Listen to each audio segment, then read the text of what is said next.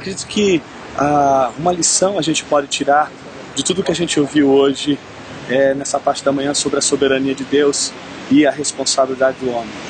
Que existem várias tensões nas Escrituras, tensões que estão para além da nossa compreensão, mas tensões que devem ser mantidas.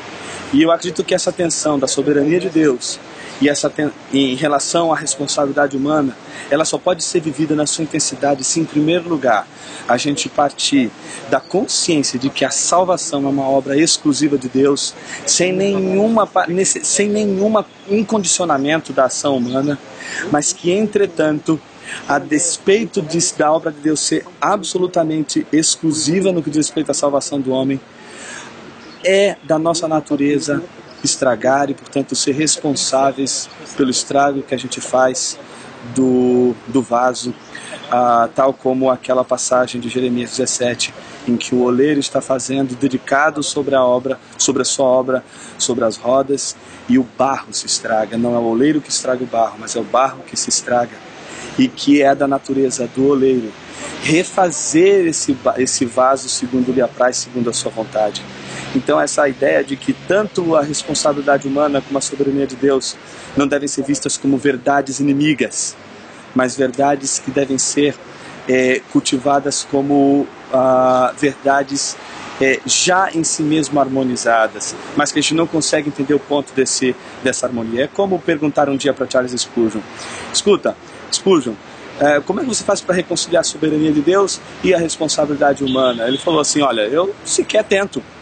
Como você tenta? Você nunca tenta reconciliar dois amigos inseparáveis e que se amam. Então é assim que a gente deve entender a soberania de Deus e a responsabilidade humana. Olá pessoal, acabei de ter o privilégio de falar sobre a soberania de Deus e o problema do mal, um assunto que perturba muita gente por ser tão difícil falar de sofrimento, de dor, crendo num Deus que é todo-poderoso e que é bondoso de acordo com a Bíblia Sagrada.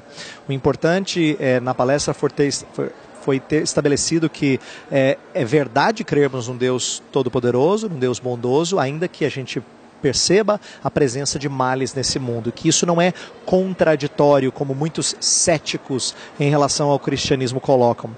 Eu tentei mostrar como céticos, quando apresentam argumentos supostamente lógicos, eles estão mostrando uma animosidade muito grande para com a pessoa de Deus, antes do que raciocínio perfeito, até porque eles têm muita incoerência e têm dificuldade de perceber a incoerência de suas perspectivas de vida.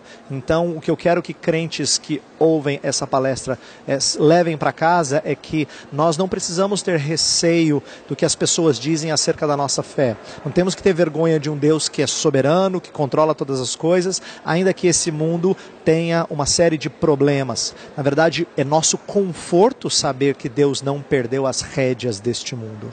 É a nossa alegria saber que Ele tem bons propósitos para aqueles que se submetem ao seu senhorio. Então, se você é um cristão e tem lutado com esses problemas, saiba que o Senhor tem conforto para você. E o conforto não está em negar a soberania de Deus ou achar que Deus não tem participação qualquer em alguns acontecimentos deste mundo. Pelo contrário, é entender que Ele não perde as rédeas deste mundo e conduz tudo para o fim pré-determinado por Ele. E a Bíblia diz que nós sabemos que todas as coisas cooperam para o bem daqueles que amam a Deus. Portanto, se você ama a Deus, você pode ter esse conforto em saber que todas as coisas cooperam para esse fim redentor de Deus na sua vida. Espero que você saia confortado em ouvir verdades como essas e não tenha receio de testemunhar em meio a esse mundo tão inimigo, tão bélico em relação a Deus. Saiba que eles não têm argumentos melhores, o que eles têm é uma animosidade contra o Deus e Senhor da glória.